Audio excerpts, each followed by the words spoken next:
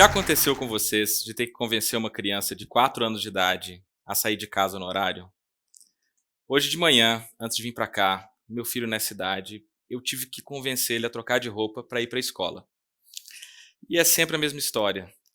Eu peço para ele vestir a camisa, ele quer voltar para a mesa do café da manhã e comer mais um pouco. Tá na hora de colocar o sapato, ele acha que tá na hora de brincar antes de ir para a escola. E quando eu canso e falo, olha, agora é o horário de sair mesmo, ele acha uma excelente ideia pegar objetos aleatórios e espalhar pela casa inteira. Mas isso é fácil. Quem já teve que lidar com criança nessa idade sabe que difícil mesmo é uma criança com fome. Uma criança que está nervosa porque passou da hora de dormir, ou só porque está frustrada porque não ganhou um sorvete ou um brinquedo que ela achou que ia ganhar. O que eu quero perguntar para todo mundo aqui hoje é: será que nós adultos somos tão diferentes assim dessas crianças quanto a gente gosta de acreditar que é? Depois de alguns anos trabalhando no setor público, em posições de liderança e estudando psicologia e neurociências, eu passei a ver as coisas de uma forma um pouco diferente. Hoje eu acredito que um bom gestor, e sobretudo um bom líder, é aquele que reconhece o papel das emoções na tomada de decisão. E que, longe de achar que a boa decisão é uma decisão racional, desprovida de emoção, é aquele que reconhece o papel que as emoções têm, o peso que elas têm nas decisões profissionais que são tomadas. E eu acho que a gente pode aprender um pouco com as crianças aí. Mas vamos voltar aqui um pouco. O que é uma emoção? Nas ciências comportamentais você vai ter muitas correntes e autores diferentes.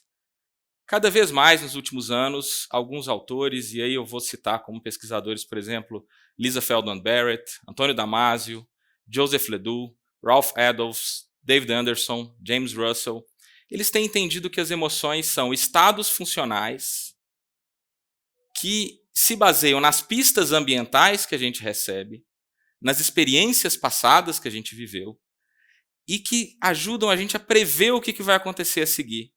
E nos dão essa flexibilidade comportamental para dar conta dos desafios mais variados possíveis.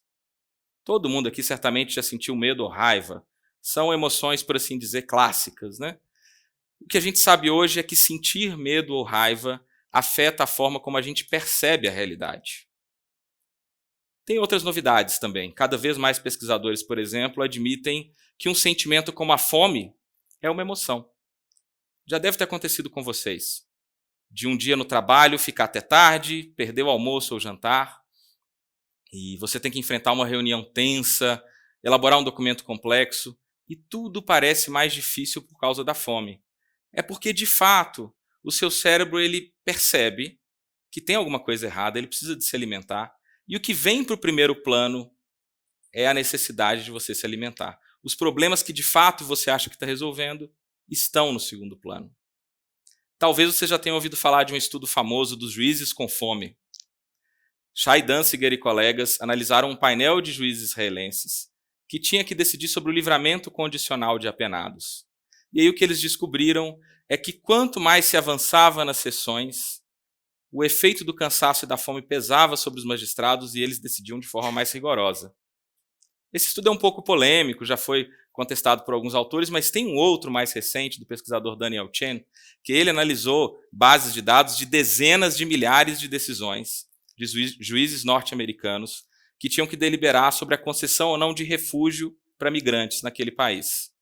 E olhem o que ele descobriu. Quando o time para o qual os magistrados torciam perdia na véspera, eles eram mais rigorosos na concessão de refúgio. Em tempos de Copa do Mundo isso é um perigo, né?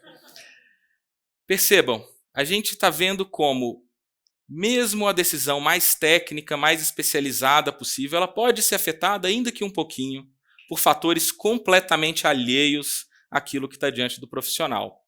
Como, por exemplo, sentir raiva ou frustração. Então, talvez isso seja algo que a gente deveria levar mais a sério. A gente sabe hoje que as emoções elas são as verdadeiras lentes pelas quais a gente interpreta a realidade. Por outro lado, e aí está a boa notícia, a gente sabe, cada vez mais, que existem formas de ativamente agir sobre essas emoções e criar condições para que vocês tenham estados afetivos mais adequados à tomada de decisão. Alguns desses achados parecem conselhos que a gente ouvia dos nossos avós, ou então que vocês podem ler em qualquer livro de filosofia ou autoajuda. Por exemplo, quando você está descansado, quando você dorme bem, quando você sacia a sua fome e a sua sede, quando você não está se sentindo ameaçado, você dá condições para a emergência de estados emocionais mais adequados à tomada de decisão. Olha que interessante. A gente sabe que uma pessoa que está ansiosa, o que é a ansiedade, né? A ansiedade é o medo de que algo ruim pode acontecer com você, alguém que você ama. A ciência contemporânea nos mostra que a ansiedade gera um viés pessimista. Você interpreta os mesmos fatos e as mesmas informações como se representassem o pior, ainda que o mundo não seja tão ruim assim, só porque você está sentindo ansiedade. Então, talvez a gente deveria se preocupar um pouco mais, por exemplo, e ensinar para as pessoas que elas têm que saber o que estão sentindo. Elas têm que perceber o que elas estão sentindo para que elas tenham noção se elas estão em condições de tomar determinadas decisões. Vamos voltar, por exemplo, da criança que não quer sair de casa ou que está armando um escândalo porque passou da hora de dormir. É claro que o cérebro da criança é muito diferente do cérebro da pessoa adulta. Ele é muito menos maduro, por exemplo. Mas eu acredito que ele nos fornece pistas importantes sobre como a gente deveria cuidar de nós mesmos, especialmente em ambientes de trabalho. Eu tenho uma certa estrada aí de governo e quantas vezes eu vi alguns lugares de trabalho em que se admirava, estimulava aquela pessoa que ficava trabalhando até altas horas, né, mostrando serviço. Hoje eu penso, qual que é o sentido de você querer que as pessoas trabalhem até tarde, quando o cansaço, o sono tomam conta delas, se claramente, e com base em evidências científicas, o raciocínio dessas pessoas está comprometido pelo estado em que elas vão ter que tomar as decisões. Quantas vezes eu vi em ambientes de trabalho chefes tratarem subordinados de forma ríspida, fazerem cobranças despropositadas, não terem empatia por uma equipe de trabalho, que são as mesmas pessoas que o chefe ou a chefe que está ali, né? Eu mesmo já cometi esse erro algumas vezes na minha vida profissional. Eu acho que a gente talvez deveria começar a preocupar um pouco mais em produzir condições melhores de trabalho. A psicologia nos ensina que, como o nosso cérebro é social, nada nos faz mais inibidos e menos produtivos do que você sentir medo, ou sentir ameaçado, ou sentir inibido. Quando a Google tentou analisar, com uma vasta base de dados, quais eram os times mais produtivos, que mais entregavam resultado na empresa, foi o chamado Projeto Aristóteles, eles descobriram que as equipes que tinham o melhor desempenho eram aquelas que tinham pessoas que se sentiam no ambiente de confiança. Segurança psicológica. Olha que interessante. Mais do que a formação, mais do que os talentos ou habilidades que essas pessoas tinham no currículo. Talvez a gente deveria se preocupar um pouco mais com essas coisas.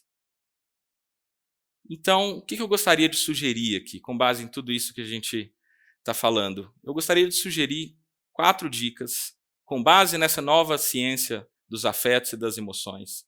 Para toda vez que a gente tiver que tomar uma decisão difícil, tiver um contexto complicado no trabalho, ou pensar o que fazer a partir daqui com a equipe de trabalho, a gente tem em mente.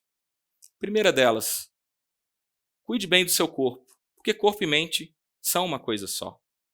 Então, dormir bem, fazer atividade física, meditação, comer na hora certa, tudo isso de fato vai interferir na sua tomada de decisão, mesmo em questões técnicas.